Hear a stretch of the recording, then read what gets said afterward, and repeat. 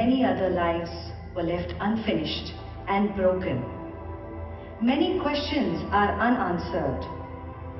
The bomb blasts are happening in the trains, cafes, busy streets in small towns and in big cities. Please stop this. Stop this terrorism.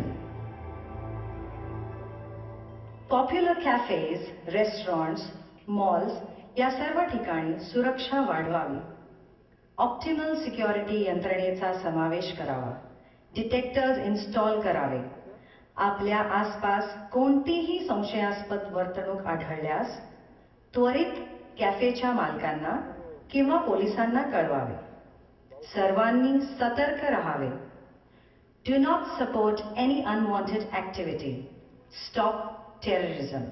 यावेळी नवी मुंबई पोलिसांनी दहशतवाद कशा प्रकारे रोखता येईल, शाळा कॉलेजमधील विद्यार्थी, शिक्षक व पालक यांनी घ्यायची काळजी, दहशतवाद हल्ला झाल्यास या प्रसंगाला कशा प्रकारे सामोरे जायचे असे पोलिसांनी मार्गदर्शन केले.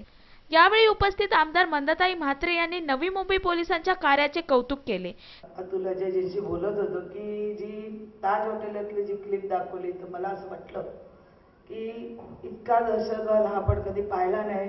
ऐकला, टीव्हीला जे फुटेज दाखवले ते पाहिले 26/11चे, पण हे सगळं पाहताना मन एकदम म्हणजे बोलायला सुद्धा शब्द नाही अशा पद्धतीने इतकं सुंदर ही फिल्म बनवली आणि आपल्या समोर ती उमाप साहेब आणि त्यांचे सगळे ज्यांची नावं घेतली त्या सहकार्याने ते दाखवली.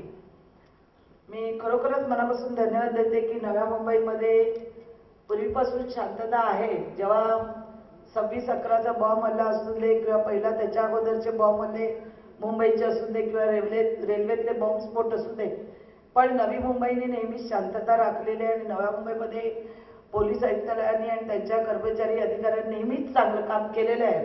आणि त्याचं एक उदाहरण आहे की नव्या मुंबईमध्ये होणारे कार्यक्रम, पब्लिकला घेऊन होणारं मार्गदर्शन, आज जो हा कार्यक्रम घेतला आपल्या माध्यमातून हा कार्यक्रम हजारो लोकांच्या पुढ्यात जाणार आहे.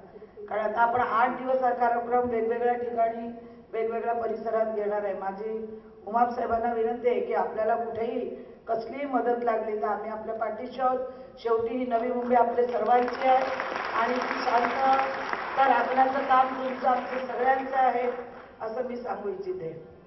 पोलिसांचं खरंच कौतुक केलं पाहिजे. काल परवाच एक गुन्हा त्यांनी पकडला. सगळे चैन चोरी पोलीस दायमाजी होते, त्याच्यामध्ये त्यांची मुलाखत वगैरे पाहिली, उमापजींची पाहिली आणि बऱ्याचशा चैन चोरी वगैरे, हत्यारं, बोगस नोटा.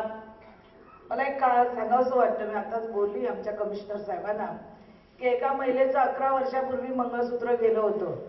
ते बिचारे दोघं नवरा बायको आता सिनियर सिटीजन झाले आणि त्या दिवशी असंच एकाने सांगितलं की अशा व्यक्तीचं मंगळसूत्र गेलंय. तर मॅडम बघा, मी उमाप साहेबांना फोन लावला, ते दोघंही नवरा बायको माझ्याकडे आले होते. त्यांनी 11 वर्ष सांगितलं तर मी कपाळाला पहिला हात लावला. 11 वर्षांनी काय मिळणार, मुलं सापडत नाहीत 8 दिवसापूर्वी गेलेली. तर 11 वर्षापूर्वीचं मंगळसूत्र मागायला आल्यावर थोडा मला पण आता मी त्यांना नर्वस नव्हती करू शकत, म्हणून मी ताबडतोब उमापजींना फोन लावला. म्हणलं साहेब मी दोघं नवरा बायको आहेत, मी तुमच्याकडे पाठवते, बघा यांचं मंगळसूत्र मिळालं तर द्या, नसेल तर तुमच्याकडे कुठे असेल ते द्या. याला सांगायला नाही पाहिजे, पण मी आता सांगते तुम्ही माझेच आहात सगळे, हे सांगायला नाही पाहिजे. पण मला तुम्हाला सांगायचं वाटतं की पोलीस कसे असावे, काय कसं काम करतात त्याचं तुम्हाला सांगणं गरजेचं आहे. मी इथली लोकप्रतिनिधी आहे, मी तुमच्याशी डायलॉग नाही करणार, तुमच्याशी शेअर नाही करणार, तर कोणी इथे या व्यासपीठावर येऊन इतकी डेअरिंग माझ्या इतकी करणार नाही, हे तुम्हाला सगळ्यांना माहिती आहे.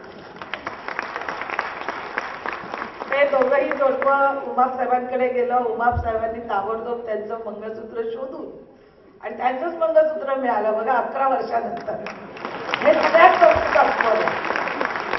11 वर्ष ते जोडपं बिचारा मंगळसूत्रासाठी. बरं त्यांची ती पुंजी आहे. गरीब लोकांना काय आहे, 1 ग्राम 2 तोळं, 1 तोळं 2 तोळं, त्यांच्यासाठी ती म्हातारपणाची ठेव आहे की कधी आजारी झालं तर ते मोडून त्याच्यात ते औषध उपचार करू शकतात. असं पोलिसांचं काम आपल्या नव्या मुंबईमध्ये अतिशय चांगल्या प्रकारे चालल्यामुळे आम्हाला आमदारांना काही काम राहिलेलं नाही. पण माझे काही जास्त बोलणं जात नाही, पण कधी असं अचानक निघालं तर निश्चित सराफमध्ये त्यांचं काम चांगलं आहे. तुम्ही आम्ही सर्वांनी त्यांना ताकद दिली पाहिजे आणि सर्वांनी जसे त्यांचे 2 डोळे आहेत पण आपले एवढे डोळे जर त्यांच्या मागे आपण उभे राहिलो तर निश्चित स्वरूपामध्ये आपल्या होणारी बाजूची घरफोडी असेल, कोण आपल्या गावाला गेलं असेल, कोण आपल्या शेजारी पाजारी बसून एखादी सायकल जो बॅग टाकून जात असेल, दुकान, असे अनेक प्रकारात आपल्याला दाखवले, ते रिपीट करण्यात काही अर्थ नाही. पण अशा वेगवेगळ्या प्रकाराच्या माध्यमातून क्राईम होऊ शकतो. तसं तुम्ही आम्ही सर्वांनी जागरूक राहिलं पाहिजे.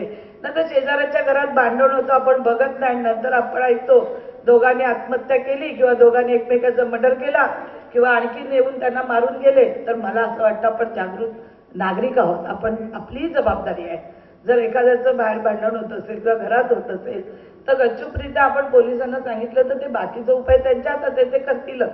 पण नंतर एखादी गोष्ट घडल्यानंतर जर आपण सांगितलं तर फार हे होतं. मी तर जास्त बोलत नाही, मला एका कार्यक्रमाला जायचंय, आपण सर्वांनी बोलवलं आणि इतकी लोक आलेत ना, मी पहिल्यांदा पाहते साहेब, दायमा साहेब वगैरे, की इतकी लोक येऊन आपल्याला आपल्या कार्यक्रमामध्ये पार्टिसिपेट करतात. हे फार नव्या मुंबईचं मोठं एक ताकद तुमच्या मागे उभी आहे. त्याच्यामुळे आम्ही सर्व नवी मुंबईच्या पोलिसांच्या मागे आहोत. आणि अजय अतुल सारखी जोडी जी आज आपल्याकडे इथे लाभलेली आहे. मगाशी उमाप साहेबांनी सांगितलं आपण त्यांना का बोलवलं. साहेब, मी आयुष्यात लावणी कधी बघत नव्हती, लावणी कधी ऐकत नव्हती, कारण मला असं वाटायचं की ठीक आहे लावणी आहे ना, ठीक आहे. पण ज्यावेळी अजय अतुलजींची मी लावणी ऐकली, वाजले की 12, आणि मला ती परत परत बघावीशी वाटली. आणि आता आम्ही लावणी